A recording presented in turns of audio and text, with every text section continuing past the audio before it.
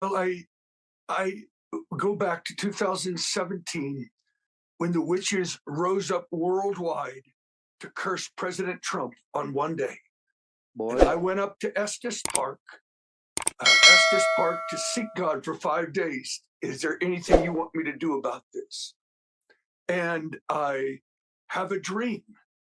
And in the dream, um, as far as I could see, women are coming from everywhere, young and old, and they're all coming to hear the book of Esther be taught.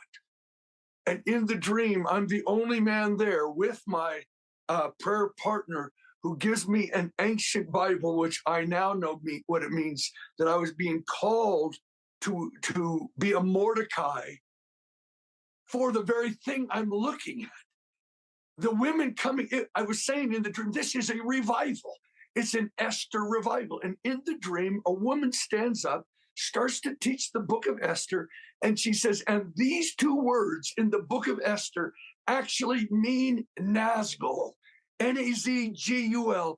I exploded out of the dream, and instantly I understood what it meant because I watched the last part of The Lord of the Rings, which is the return of the king. And in the movie, this Nazgul Witch King is destroying the armies of men, and he says, "No man can kill me." But in the dream, the king's daughter takes off her helmet, lets her hair down, and says, "I am no man," and she pierces the Nazgul.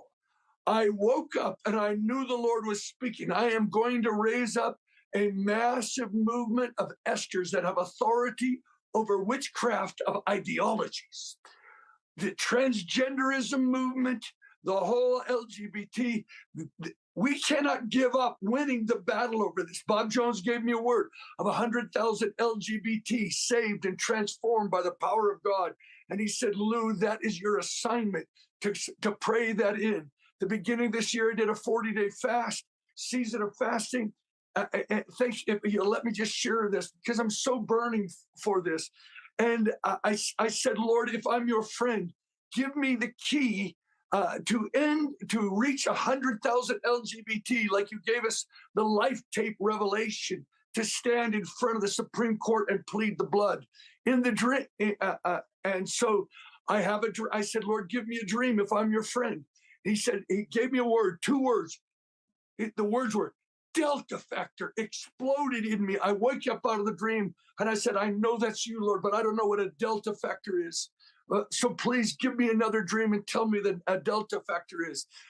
I go back, I get another dream. And in this dream, in this amazing dream, this military officer, maybe a general of intercession, maybe it's the captain of the hosts of heaven himself. And I said to him, I say to him, sir, what is a Delta factor? And he says, it's a leader of a million.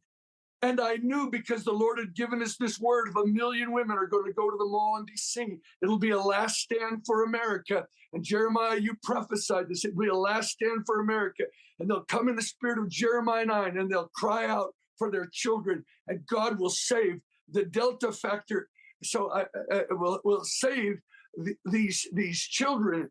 And so I woke up and and he, what's the Delta factor? It's the leader of a million. I knew that something in this million Esthers movement would birth a movement of awakening like the 70s after the countercultural revolution of the 60s. There is coming another cry of the mothers of America who will birth something stronger than the 70s revival. And they will get authority over the transgenderism movement. We're raising up a movement called Don't Mess with Our Kids. And it's simply a public stand of Esther. And so we're calling this gathering to the mall. And I feel, again, Jane, this book has got to come out as soon as possible because I think we're in the days of revelation, which of Esther, it is the coming, the return of the king. And you could go to 1 million voices. It's kind of, we're just getting a website up, 1 million voices. And there's another thing called Don't Mess with Our Kids. This is what I was burning with. And